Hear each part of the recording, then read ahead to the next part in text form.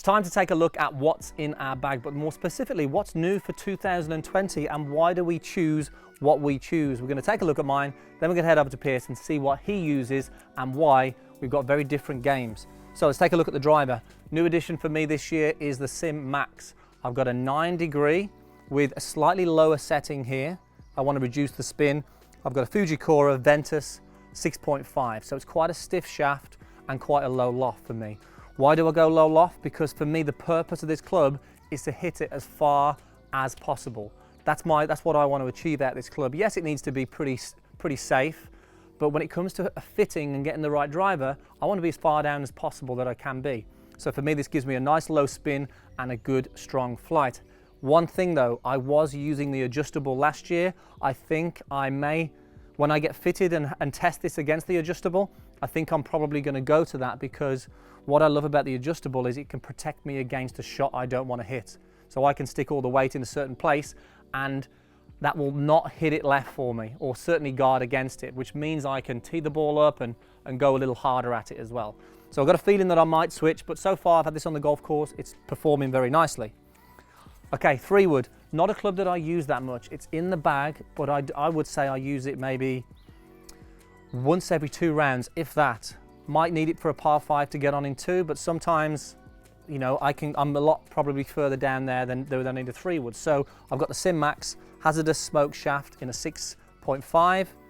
It's obviously a great club, I like it, but I don't use it that much. So let's go down to what's next. Now this is one of my favorites in the bag. It's a serious weapon. It is the P790 UDI 2-iron. Now this club for me is such an important club, because if I've got a tight par 4 where I want to thread it down there, this enables me to be fairly accurate. It's quite a penetrating flight, so I can still get the distance.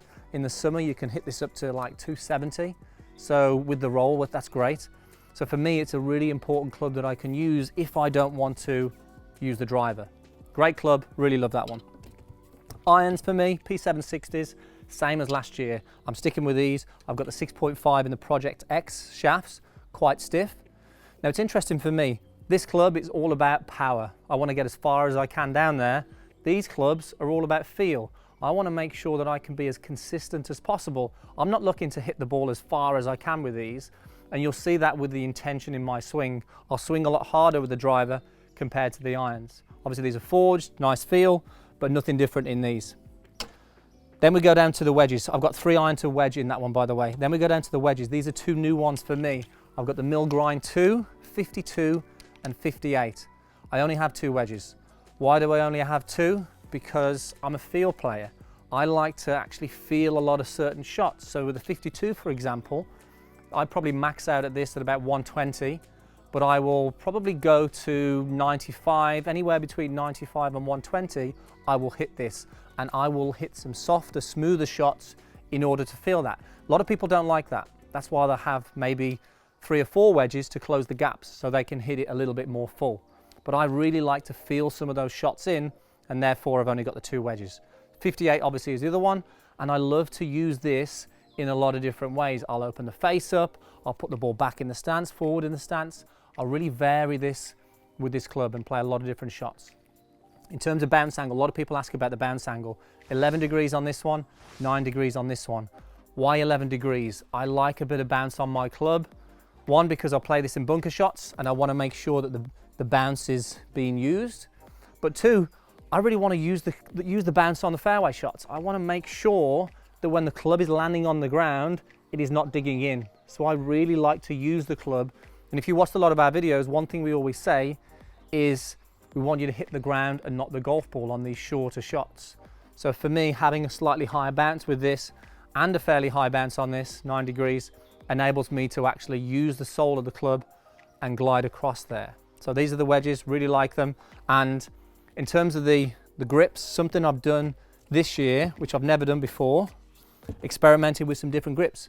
I've got the mid-size Tour Velvet. So I've gone for quite a thick grip, and I prefer this so much more, because before in the past when I've had a slightly thinner grip, I've just felt that I have to grip it a little tighter. I feel uncomfortable. But now with these slightly thicker grips, I've got fairly large hands. So from here, this just makes me feel comfortable. So it's good to get the right grip so you feel comfortable in that. And I like the Tour Velvet Golf Pride because it's nice and simple. I don't like too much going on with the grips. So that is that, but let's show you the latest addition, which is the truss. Brilliant putter. Now, the reason I've gone to this over this one, this is my old one, Spider X. And what we've got here, toe hang, really like it, performed well with this.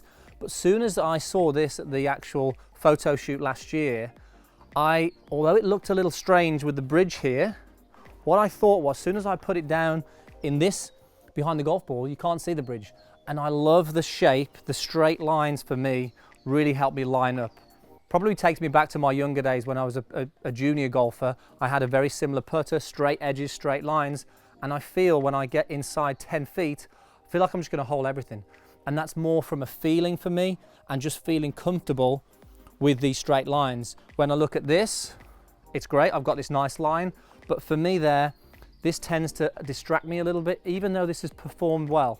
I've held a lot of putts with this, but this one almost just takes it up a notch and really gives me that confidence to hold the putts. So this isn't in the bag at the moment, the truss is in the bag, and it's helped me win a couple of matches so far. But that is my set of clubs.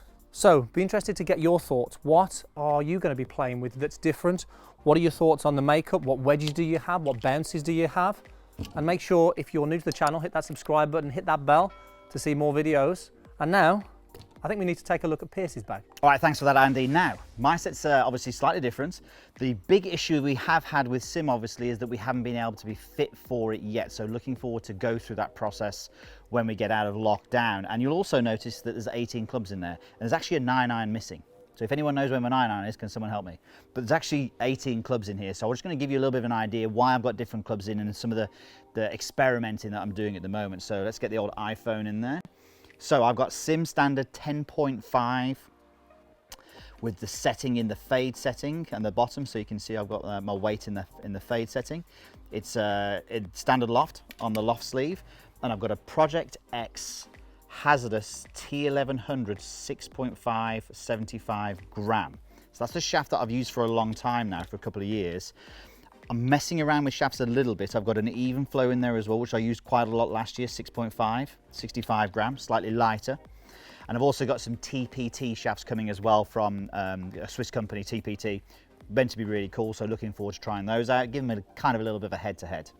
But as far as the drive's concerned, I'm thinking that I'm going to be going standard because I like the adjustability more so, but if the Max works better, we'll go with the Max.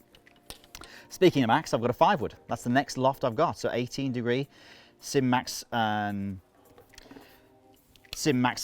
degree 5-wood, and I've got a 6.5 hazardous with a 60 gram shaft in it, which is slightly lighter than what I'm used to, but again, it was just more of an experiment with that. Now, the reason I've gone 5-wood and not 3-wood is the 3-wood, again, I want to have a fitting for it before I get the club, but I don't really use the 3-wood that much, so I'm looking forward to finding one that I like. But you'll see from when it comes to how I like to play my tee shots, there's only really two main clubs that I want to use. It's the driver, and then it's the 2-iron. So 2-iron, P790 with the Project X Black, 6.5 85 gram shaft in it.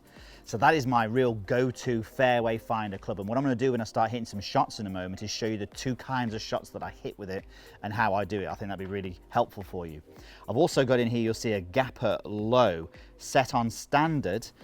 Again, it's Project X 6.5. Let's get that, there we go, focused, 85 gram shaft.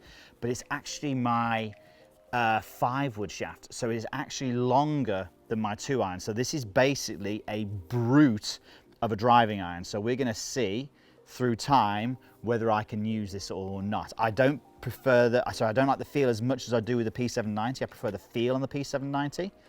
But if that goes a long way, it might be worth sticking in the bag. Irons are the same as last year, P760, 6.5 Project X shafts, ½ inch longer than standard. No 9-iron, and I go all the way to pitching wedge. Now, before I go to the wedges, let's go putter, because the wedges are going to take some explaining.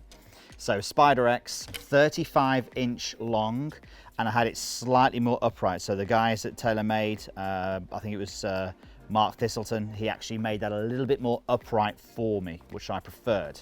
Now, wedges. Oh my goodness, there's too many in here.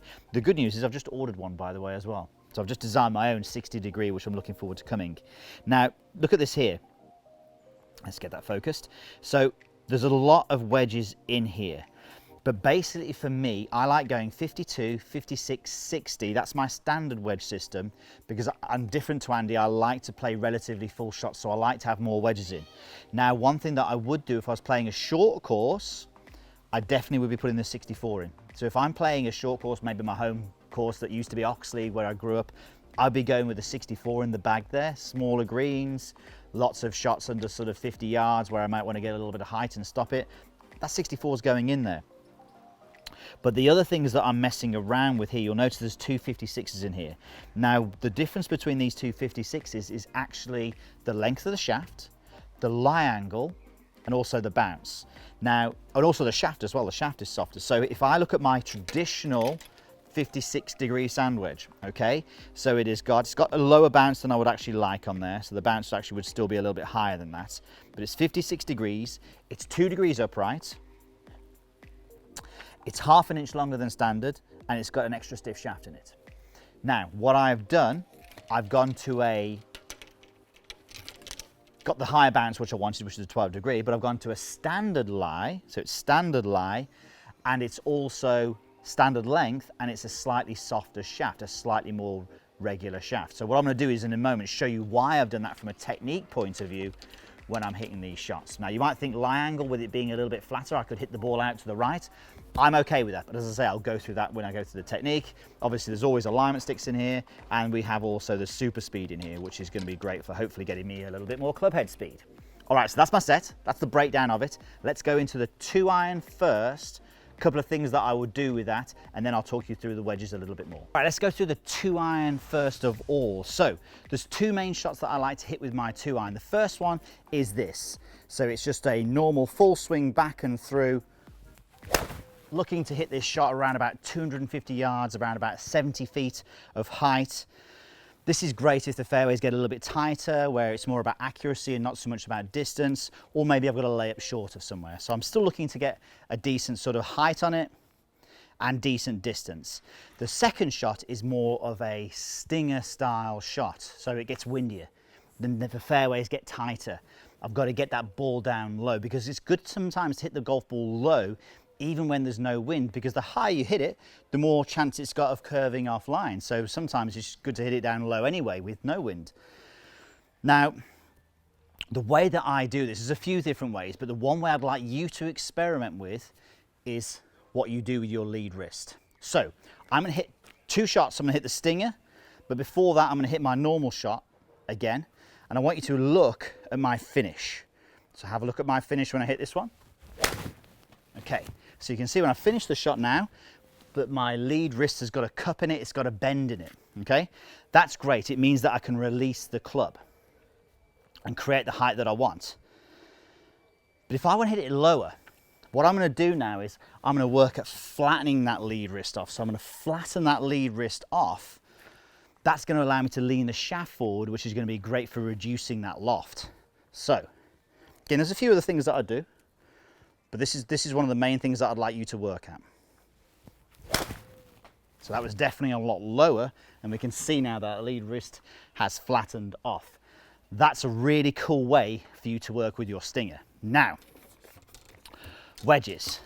So let's explain to you now, sorry about the grinding going on over there. Let's explain to you now why I've gone for a lie angle which is a little bit flatter.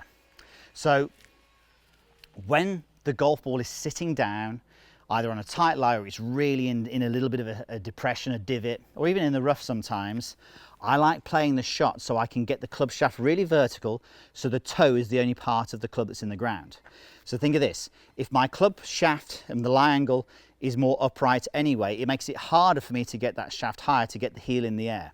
So by having a flatter lying club, it's going to help me get that heel in the air when I want to put the shaft more upright. Hope that makes sense. But this is just great when if I can hit shots out of these bad lies and just get the toe of the club, the main part of the club which is working through the ground, it makes it easy to hit these shots. So it kind of looks like this. So shaft goes very upright. I'm not really focusing on my wrists much. It's more of a rocking action from the shoulders. But you can see how much that heel of the golf club is up in the air. So I'm going to hit out the toe, obviously. But this is a shot that I can hit anything from 5 yards to 35 yards with that technique, but it just works really well for me when the golf ball is sitting down. There's a few other benefits as well for having the flatter lie angle, but that's the main one for me at the moment. The only trade-off is when I come to play a full shot, I may push it a little bit because the lie angle is too flat, but that's okay. I can just aim a little bit left. I'm more comfortable with the fact that I've got a really good option on the tight lies around the greens, as opposed to the fact I'm pushing my full shots a little bit. Okay, so there you have it. Hope you enjoyed that. Don't forget to hit that like and subscribe if you enjoyed it, and obviously leave that comment. Now, how would you like to break 100, break 90, or break 80? So they are 3 of our best coaching plans that we do at Meandmygolf.com, where we take your game to the next level to help you to break that landmark score. So all you have to do is click the link down in the corner there to check that out. And you know, we've had so much success with this. We've had thousands of golfers go through these plans and they have broke their 100, 90 or 80. Thanks for watching, and we'll see you soon.